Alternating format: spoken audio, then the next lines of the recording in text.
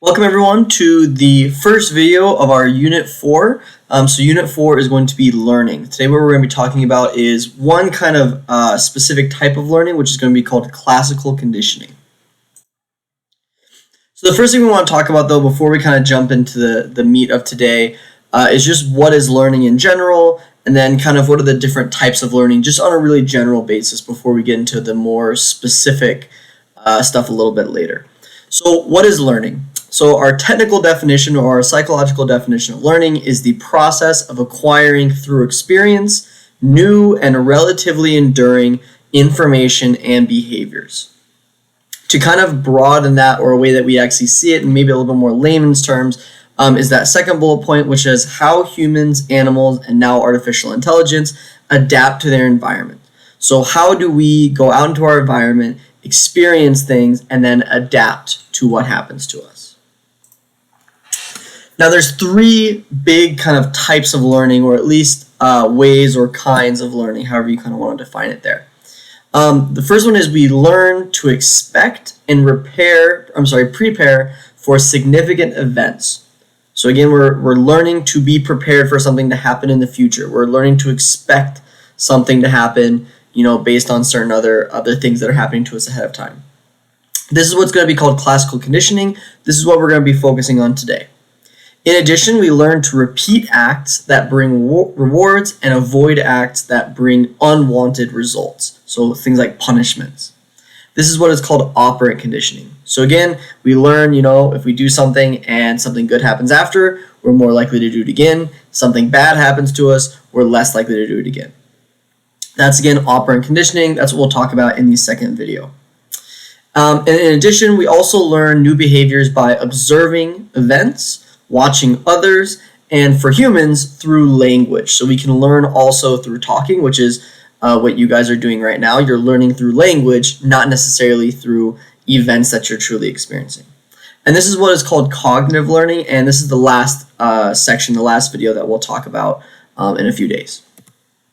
So again, what we're going to be focusing on today is classical conditioning, and it's really all about how we learn to expect or predict what's going to happen next. So classical conditioning in general. So there's kind of a few big important pieces, and one of them is that we actually want to know the name Ivan Pavlov for this. So Ivan Pavlov is he's actually a physiologist, not a psychologist, who kind of makes this first discovery of classical conditioning. So as a physiologist, what he was doing is he was actually studying dogs and their salivation, basically, their saliva. He was doing a study there. And what he noticed was that the dogs would start salivating due to some of the sounds before the food had entered the room. So they would hear like the cart, or they would hear the people coming with the food, or they would hear, eventually he uses a bell when he's actually carrying out the experiment. And he notices, that these sounds are causing these dogs to salivate even before any food has shown up. And this is what kind of leads him into this kind of discovery of classical conditioning. So Ivan Pavlov, super, super important. He is someone that they 100% expect you to know on the AP Psych test. Again, he is actually a physiologist, although he's most famous for his psychological research. So what is classical conditioning? So it's a type of learning in which we link two or more stimuli. So basically what's going to be happening, and what we're going to talk about specifically in just a little bit, is how we connect stimuli together. So in the example that we're going to be using, or that the example that Ivan Pavlov used, was the connection of the food stimuli, right, to eventually a bell or some sort of sound. And that bell was then triggering that link that's been made to it with food. Okay, so we're connecting two different things, two or more stimuli. Now there's two big important terms that we need to know before we even jump into the more specific ones. A lot of this section, when we talk about classical conditioning, is going to be looking at kind of breaking down these different parts of classical conditioning and of these different terms. You do need to know how to basically kind of construct a classical conditioning experiment, I guess is the best way to say it. So we'll kind of walk through that as we go. So our first term is a stimulus. A stimulus is a change in the environment that brings about a response. So that's super, super broad. It's supposed to be broad on purpose. It can really be anything. It can be a sound, it can be a smell, it can be something you see, it can be a specific object. There's a lot of different things that can be a stimulus. So any change in your environment that, again, is going to elicit some sort of response. Now, the second term is actually that response. So very much more simple, again, very broad though, is the reaction to the stimulus. So the stimulus is something that causes the response. The response is our reaction to that stimulus. Okay, so those are kind of the two big building blocks that we have to look at here. So we're going to start, again, going through these different pieces, and then kind of towards the end, I'm going to tie them all together a little bit more. So our next piece is what is called a neutral stimulus. So now this is specific to classical conditioning. So what a neutral stimulus is, and sometimes they refer to it as NS, is a stimulus that elicits no response before conditioning. So it's something that doesn't have any intrinsic meaning. All right. So for an example would be a bell to a dog, right? If you just go up to a random dog and you ring a bell, they'll look at the bell maybe, because they're going to check out the sound, but it doesn't cause anything to happen. That's a neutral stimulus, so something that does not elicit a response. When classical conditioning actually happens, what the classical conditioning actually is taking that neutral stimulus and associating it with a different stimulus to then cause a response. So the example that we're going to see as we go is that this bell, which is neutral, is going to be paired with food, which causes a natural response, and then the bell will cause the response. Okay, so that's what we're seeing with classical conditioning. We're tying some sort of reaction, right? We're tying a different stimulus to the neutral stimulus. So the next pieces we need then are our unconditioned stimulus and our unconditioned response. And again, these are going to be very important for what we're tying. So our unconditioned stimulus, or US, is a stimulus that naturally and automatically triggers a unconditioned response. So it's going to automatically cause a reaction. The simplest example, and the one that we actually used, or that Pavlov was discovering, was food. Food causes a natural, automatic reaction, no matter what, right? When you smell something that smells really good, or when you're hungry and you see food, or you hear somebody talking about food, right? You salivate. That's a natural reaction that we don't have to learn. It just happens. Our body does it on its own. Okay, so the food is the unconditioned stimulus. It's something that causes a natural reaction. Now, the unconditioned response, it causes the unconditioned response.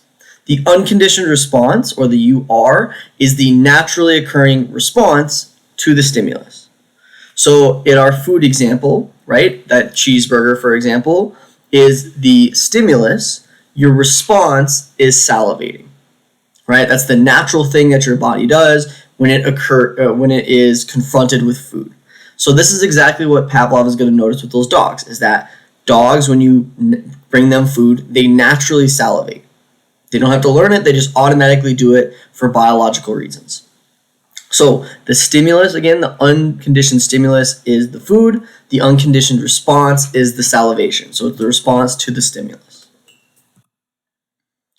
So here's where we start to get into what's actually going on with classical conditioning, which is the conditioned response and the conditioned stimulus. So what's going to happen is we're going to pair the neutral stimulus and the unconditioned stimulus. And after we pair those together a whole bunch of times, what's going to happen is we are going to get we're going to get the conditioned response and the conditioned stimulus. So what this is basically where those two things have been tied together. So the conditioned response is going to be a learned response to a previously neutral stimulus, and the conditioned stimulus is going to be the originally neutral stimulus. So it went from a neutral stimulus, now it's conditioned, to a conditioned stimulus that is now triggering the conditioned response. Okay, so it's very circular here. So I'm going to use the example, that table on there, to kind of walk you through it a little bit more here. So here's our beginning, right? At the very beginning, we have, before we've done anything, we have our food, which is an unconditioned stimulus. And we have the response to that food, which is salivation, which is the unconditioned response, right? Unconditioned stimulus, the food naturally causes the unconditioned response, which is the salivation. In addition, we have a neutral stimulus. So in this example, it's a bell, which has no conditioned response, right? Nothing happens. So if you you walk up to a dog and you ring a bell, they're just going to kind of look at it and that's it. There's no response. So what we're going to do is we're going to start conditioning. Now, conditioning happens when we pair the bell and the food. So what's going to happen is every time we feed this dog, we're going to walk in, we're going to ring the bell, we're going to give the dog food. Right? Next day, we're going to walk in, we're going to ring the bell, give the dog food. Ring the bell, give the dog food. We're going to do that over and over and over and over again. If you've ever trained an animal to do anything, this is how you train them. If you try to teach your dog a trick, right, what do? You get him to do the trick, and then you say, oh, good job, and you give him a treat. And then you do that again and again and again and again and again, right? So we're classically conditioning them. So eventually what happens is that bell, that neutral stimulus becomes conditioned. And this is the fourth part. So when conditioning is complete, what happens is when we ring that bell, we're going to get a response. So now, ringing the bell, even if there's no food, causes the dog to salivate. So again, what's happened is the dog has learned that the bell means food. So because the bell means food, you get the response of that salivation. Again, this is exactly how you train your pets. When you're teaching that like a dog to sit or to come for their name, right? You start off and you do it again and again, and every time you give them a treat and you pet them and tell them good job, and then slowly you remove those things, right? You slowly stop. You don't have to give them a treat every time, right? Now they just come because they're supposed to, and they learn that they're supposed to do that. So again, to walk through it, we start off with the unconditioned stimulus and an unconditioned response. These are natural reactions, natural behaviors to each other. So food naturally causes the dog to salivate. Then we also have a neutral stimulus, which is something that causes no reaction, right? So nothing happens. We pair the unconditioned stimulus with the neutral stimulus. So we add them together. Obviously, the food is still there, so food's still going to cause that salivation. Over time, what happens, though, is the dog learns that the bell means food. It ties those two things together. This is the conditioning. We're tying these two things together. So eventually, all you need is the bell, and you'll get the conditioned response. You'll get the salivation. So the conditioned response and the unconditioned response are the exact same thing. The only difference is what's causing it, right? So this one's being caused by food. This one's being caused by conditioned stimulus. That's the only difference, okay? The neutral stimulus and the conditioned stimulus are the same thing. One is just before conditioning, and one is after conditioning. Okay, so it's a little tricky there with all the terminology, but the steps are pretty straightforward, and we'll go through some examples of this in class as well. So let's talk about the process of what's going on, and I've already basically walked you through here, but I just want to show it to you again a little bit different way and talk about the terminology a little bit more. So the first part of classical conditioning, the first process is what is called acquisition. So acquisition is where we are linking the neutral stimulus and the unconditioned stimulus. So for our example, it's the bell and the food. So every time we do those two things together, we are in this acquisition phase. So it's the CS plus the UCS, if you want to look at this little graph in the bottom. And every time we do it, we are strengthening the conditioned response. So every time I ring the bell and give the dog food, I'm making that connection the dog's made between the bell and food stronger. I do it again and again and again and again, and every time I do it, and that's this graph right here, right, the response gets stronger and stronger and stronger and stronger. So this is the building phase of kind of where we're learning that connection. Okay, so the neutral stimulus begins triggering the conditioned response. So during this phase is when the neutral stimulus becomes the conditioned stimulus. The next step is extinction. So extinction is basically the process where once that unconditioned stimulus is removed, so for this example, the food is removed, the response is going to get weaker and weaker every single time. So in our example of the dog, right, we've paired the bell and the food, we've done that over and over again. Eventually, we just ring the bell and we don't give the dog food. Now, the first time we do that, we're going to have a really strong response. Next time we do it, it's going to be a little bit weaker. Next time we do it, it's going to get a little bit weaker. Next time we do it, it's going to be a little bit weaker, right? It's going to get lower and lower and lower and lower until eventually the pairing basically is broken, where we no longer connect those two things. We no longer connect, for the dog, the bell and food. It doesn't connect it anymore. And then it's basically been extinct. That conditioning is gone. So again, each time that we give just the conditioned stimulus by itself, it gets weaker and weaker. Now, there is also what is called spontaneous recovery. So spontaneous recovery is basically where we relearn. I don't know if I want to say relearn. I guess I'm just going to read the specific definition because I don't want to mince words. It refers to the return of a previously extinguished conditioned response following a rest period. So basically what happens is right here, right, we've extinguished where we rang the bell here and the dog didn't do anything. The bell has lost meaning. So what we do is we have a rest period. So we take a break, right? Maybe a few days we don't ring the bell at all. And we just kind of go through our day as normal. Then a few days later, we ring the bell by itself. We're still not giving any food. And all of a sudden, we're going to see a spontaneous recovery of the reaction. And that's what it means there. So we basically have spontaneously relearned the behavior.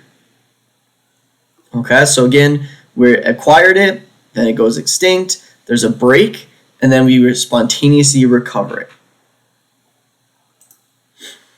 So let's talk about a few other pieces here. So in addition to kind of this basic process, we also have a lot of other things going on. So one, for example, is what is called generalization. So generalization is the tendency for a stimulus similar to the conditioned stimulus to evoke similar responses after the conditioning has taken place, basically. So what this means is basically where, let's say again, we have this dog, and we ring a certain bell, and we ring that bell every time we feed them.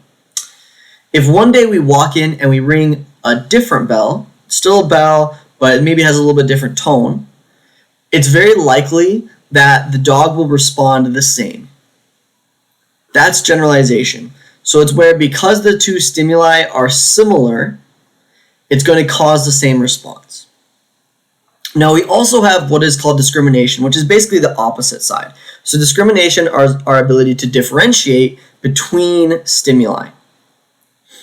And our ability to know that one is the thing that has been conditioned and it causes the response, and the other one is something different. So I can give you maybe a more realistic example for all of us as humans to generalization and discrimination, right? So if you have your phone and your phone's always on vibrate, and your phone and you hear like that kind of like noise, you know, when your phone's on a table and it vibrates. Even if it's somebody else's phone, if you are someone who has that same kind of, if your phone vibrates and somebody else's goes off, you immediately think it's yours, right? You have a response to it, and we all have a response to our phone going off, right? The second your phone goes off, you have to look at it and figure out what it is.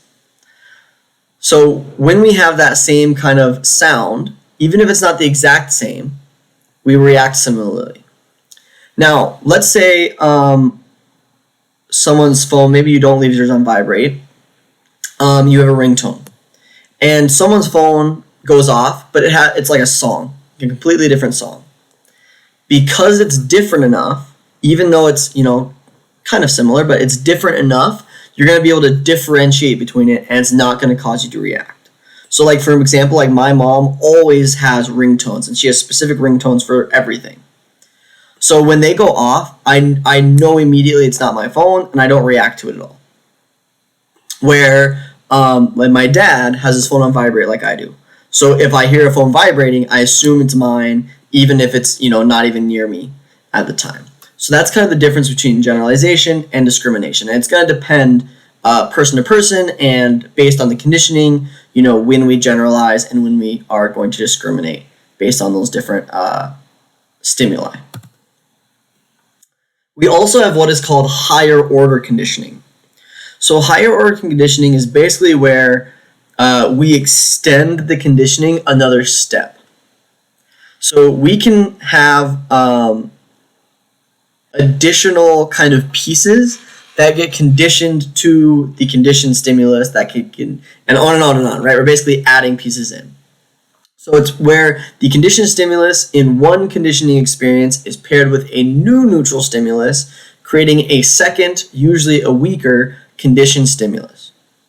So I'm going to give you this example, and this is what's spelled out right here. But it's right here. So our original conditioning is let's say we have a cat, and we use an electric can opener to open up their cat food. So your cat eventually learns that the can opener, right, the sound that can opener makes means food. So every time you turn that can opener on, even if you're not getting them food, right, they run up and maybe they salivate or they meow at you or whatever. Because again, they have paired can opener means food, so food means whatever this reaction is.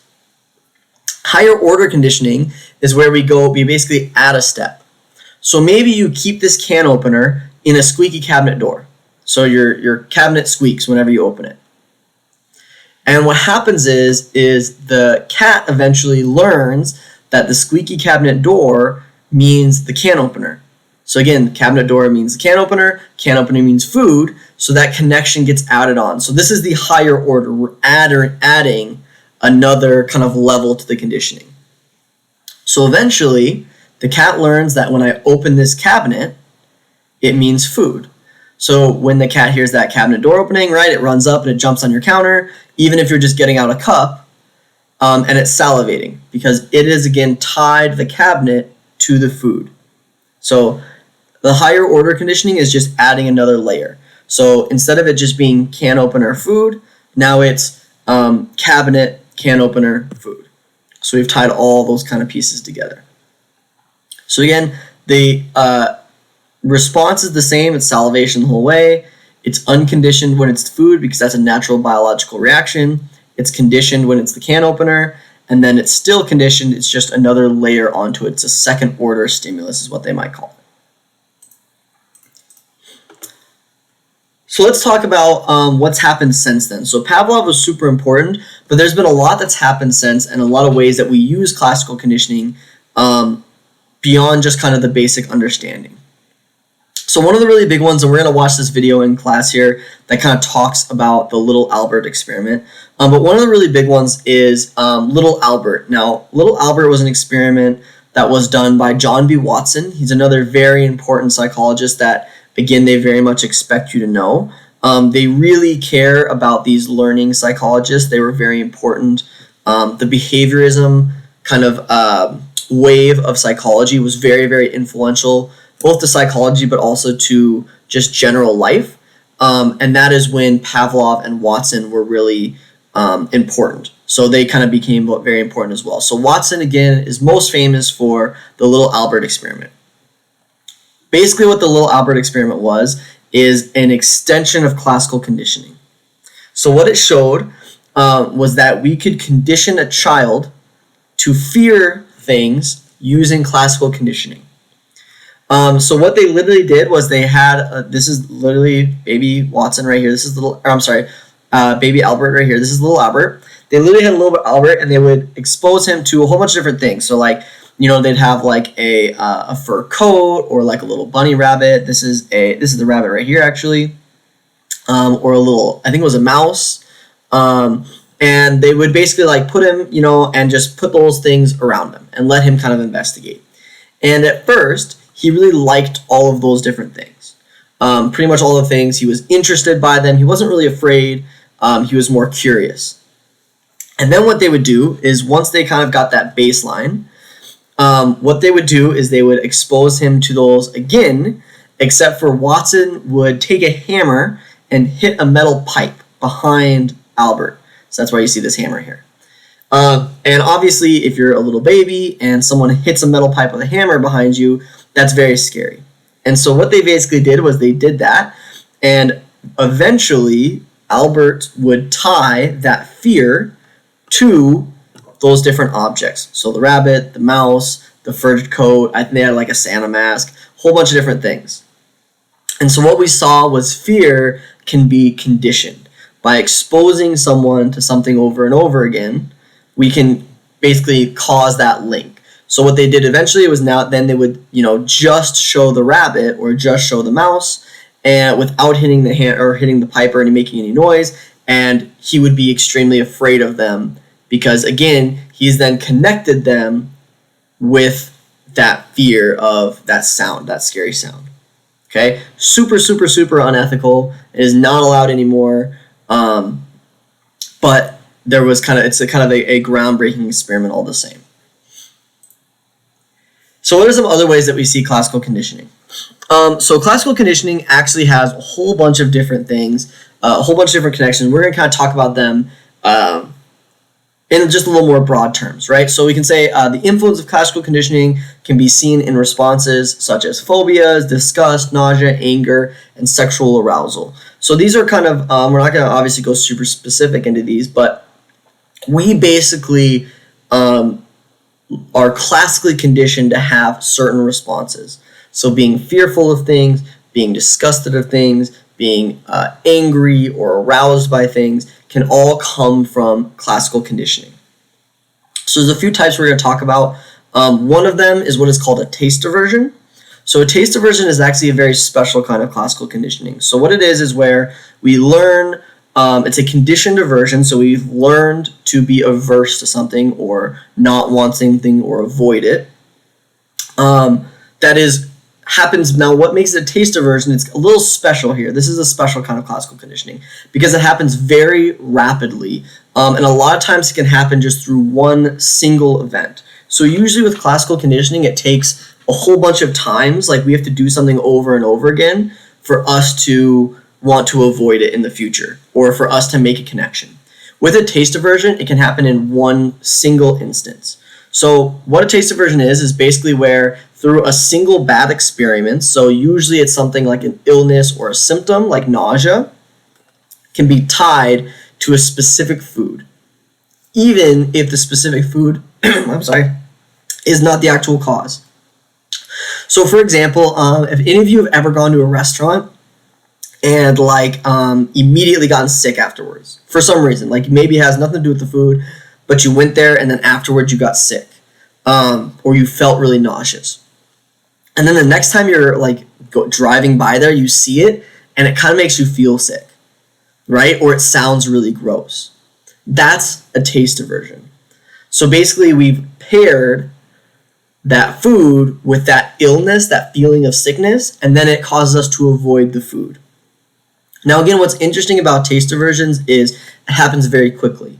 Now, evolutionarily, it actually kind of makes a little bit of sense, right? If you think about thousands of years ago when we were living off food in the wild, if you went out and ate something and you got sick afterwards, it would be really good, it'd be very useful to learn to not eat that again, right? It wouldn't be great if you went out and you ate something and it made you sick, so then you ate it 6 more times to see if it was actually what made you sick, right? So you would avoid those things. So again, taste avoidance is just another kind of classical conditioning here. We also see classical conditioning a lot in advertising. So advertising uses kind of these concepts of classical conditioning to connect and create associations. So what they want to do is they want to link a attractive, unconditioned stimulus, so something we like, with a neutral stimulus or eventually conditioned stimulus, which is their product. So they want to link a feeling or something good with what they're selling. And what the idea is that by connecting those, if they can make that connection, you start to feel a certain way about the product. And that's the idea. So really, there's 2 simple examples kind of on here, right? So the first one is Corona. Corona uses this. You've probably seen Corona Find Your Beach, right? All of their ads are somebody on a beach. It's someone relaxing, right? That's everything. Now, Coronas don't have anything to naturally do with the beach, right? They're a drink. You can drink them anywhere you want, really. It doesn't really necessarily have to have anything to do with the beach. So what they're doing is they're pairing that unconditioned stimulus of the beach, which most people like and they feel good about, and it reminds me of your vacation and relaxing, and they are trying to connect that to their product, which is the beer. So if they do that well, what happens is when you're walking through the store and you want to try to buy something and you see that, you unconsciously kind of connect it to that good feeling of the beach, and you think, oh, that sounds good. All right, Carl's Jr. does the same thing. If you've ever seen Carl's Jr. ads, it always has a bunch of models walking around, and that's basically the whole ad. That doesn't really have anything to do with food, which again isn't the point, right? The idea of the Carl's Jr. ad and what they're trying to do is they're trying to pair the attractive stimulus, which in their case is the model, with the stimulus. So that when you're driving and you see Carl's Jr., you think of, not necessarily that you think of the model, but that it is a good feeling. That because they're attractive, you have a positive connection with that product, and then you go, oh, okay, I'm gonna go buy that food. That's what I want to eat. Even though, again, models obviously have literally nothing to do with hamburgers, and your hamburger isn't going to taste better because there's a model there. But we connect there, right? We've made unconscious kind of connections. One thing I should mention before we go to the last piece is classical conditioning is oftentimes unconscious.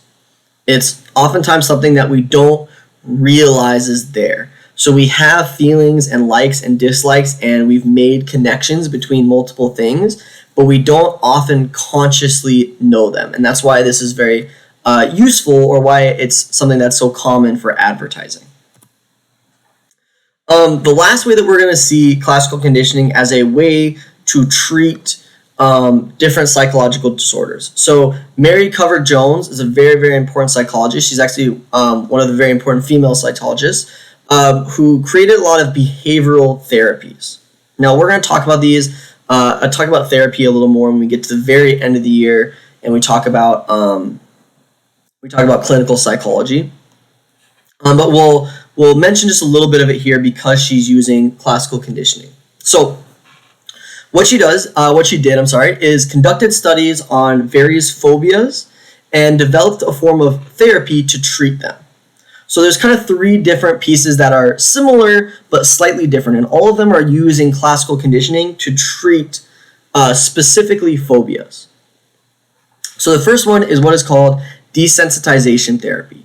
So desensitization therapy is where we try to reduce the sensitivity to a feared stimulus by introducing a series of stimuli close to a person's phobia. So for example, let's say that somebody has a phobia of snakes. Desensitization therapy would be where we basically try to introduce you to things that are similar to snakes to try and reduce your fear of it, reduce your sensitivity to it. So, for example, what we might do is, okay, you're afraid of snakes. So first thing we're going to do is we're just going to talk about snakes. You don't have to look at them. There's not going to be there. We're just going to talk about it. And then eventually what we're going to do is I'm going to show you a picture of a snake. And I'm going to hold it, and you're going to be over there, and I'm going to hold it and show you a picture of a snake. And then eventually, right, you're going to have to hold the picture of the snake. And then eventually we're going to go to maybe a museum or like a zoo where there's snakes in, and you're going to have to stand in the room. And then you're going to have to walk over to the snakes in the cage, and you're going to have to put your hand on the glass of their enclosure. And then eventually we'll have somebody hold a snake in a room with you. And then that snake will they'll slowly get closer and closer to you, right? It'll be a baby one to start, slowly get closer to it. Eventually you're going to have to hold the snake. What we're doing is we're slowly reducing your sensitivity. Now again, the idea here is we're trying to break that classically conditioned link that you've made between fear and the snake. The snake is the stimulus. So if we can basically put you in a situation where you aren't harmed by a snake, right, that link gets kind of broken, and eventually you won't be as sensitive to it. In addition, we have what is called reciprocal inhibition. So reciprocal inhibition is the process of extinguishing an undesired response to stimuli by revoking a desired response in its place. So instead of trying to just reduce your sensitivity, what we're going to do is try and change your response to it. So instead of just putting you in a situation where you're being stressed and we've kind of slowly dialing it down, what we're going to do is we're going to try and change the reaction. So we're basically trying to change the conditioned response.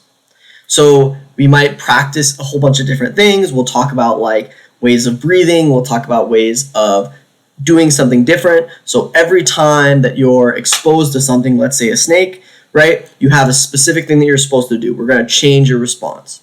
And eventually that pairing becomes the major connection. So if I say, okay, instead of when you see a snake, instead of breathing quickly and getting your heart rate up, what you're going to do is you're going to count backwards from 10 in your head, and you're going to slowly breathe. And we do that over and over and over again, right? And every time you have that stressed feeling when you see a snake, you go through that process. Eventually what happens is you tie the snake to that reaction as opposed to the stress that you're feeling. So you start tying it to that counting backwards from 10, tying it to that calming breath, and eventually that helps you move past your phobia. The last one is what is called systematic desensitization. So this is going to be kind of a combination. So basically the first thing we're going to do is we are going to train you in relaxation techniques. So we're going to kind of use reciprocal inhibition a little bit. We're going to basically say, okay, here's how we're going to relax. So think about this, picture this in your head, do these breathing techniques, right? All ways to relax. Then what we're going to do is we're going to use desensitization therapy. So we're going to expose you to progressively more anxiety-provoking stimuli. So again, we're going to talk about relaxing, and then again, we're going to put you in a room, and now you have to be in a room with a snake, and you're going to practice that relaxing. And then eventually that snake is going to come closer, and you're going to continue to practice relaxing. And then eventually you're going to hold the snake, and you're going to practice relaxing. Then eventually we're going to get a bigger snake maybe, or you have to have multiple snakes or whatever. The idea is we're slowly ramping up that anxiety, and you are basically just learning to deal with it and stay calm. And eventually, again, what we're doing is we're breaking that classical conditioning. So we're going to watch an example of this in class as well, so we'll see that video when we get there. Okay, so this is the final piece here, so please take some time and do a quick summary for our classical conditioning section, and I'll see you guys next time.